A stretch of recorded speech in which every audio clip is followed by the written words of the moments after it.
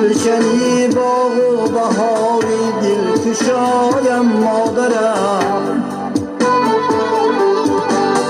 باعث سرسبزی و نشو نمایم مادرم. هم در این عالم عزیز و پربهایم مادرم، هم در این عالم عزیز و پربهایم مادرم.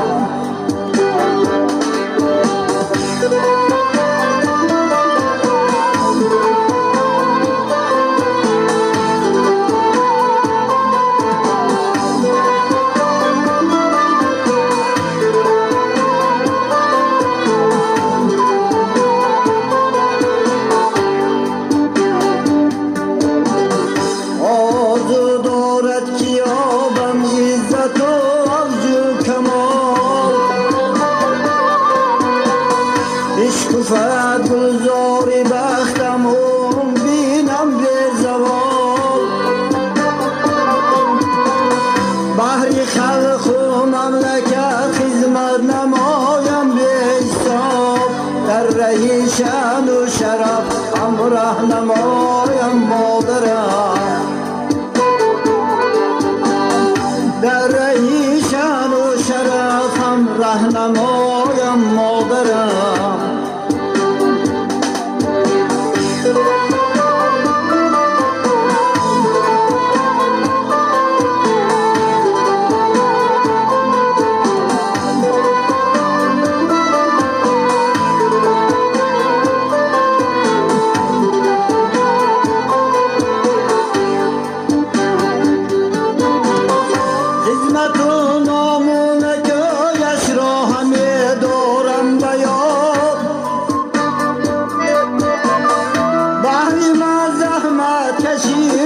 خاطرم را کرد شاد،